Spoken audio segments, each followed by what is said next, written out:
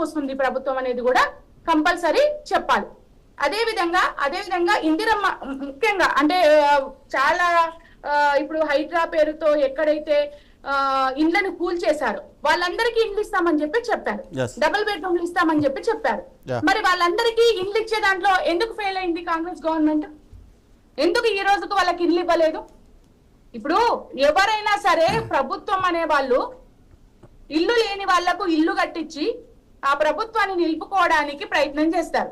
ఒక ప్రతిష్టాత్మకమైనటువంటి ప్రధానమంత్రి పేరు ఆ ఇంటికి పెట్టి వాళ్ళకి ఇవ్వకుండా తాత్సారం చేస్తూ హైదరాబాద్ లో ఎవరికైనా పేదవాళ్ళకి ఇల్లు కావాలి అంటే 10,000 రూపాయలతోటి మీరు అప్లై చేసుకోండి అని చెప్పేసి ఒక నిబంధన పెట్టడం అనేది చాలా దుర్మార్గమైంది. అసలు పేదవాడి దగ్గర 10,000 రూపాయలు ఎక్కడి నుంచి వస్తాయి అని చెప్పేసి అడుగుతున్నా నేను. ఒకవేళ కట్టిర్రే అనుకుందాము, కట్టిన తర్వాత వచ్చేటువంటి డబ్బులకి ఏంటి ప్రాతిపదిక? ఇవాళ మీరున్నారు గవర్నమెంట్ లో, మీరు ఒక అభిప్రాయాన్ని తీసుకొచ్చారు, ప్రజల ముందుకు తీసుకొచ్చారు, ప్రజలు డబ్బులు కడతారు, రేపు వాళ్ళకి ఇల్లు రావు, ఎక్కడ తిరగాలంటే వాళ్ళు? అంటే ఇది ప్రజాపాలన లేకపోతే దోపిడీ పాలన? ఎట్లా సరైంది? ఇందాక సంధ్యక మాట్లాడుతూ ఒక మంచి విషయం చెప్పారు, ప్రతిపక్షాలు విమర్శించకూడదు, ప్రతిపక్షాలు సూచనలు చేస్తే ఖచ్చితంగా తీసుకుంటాము అని చెప్పేసి.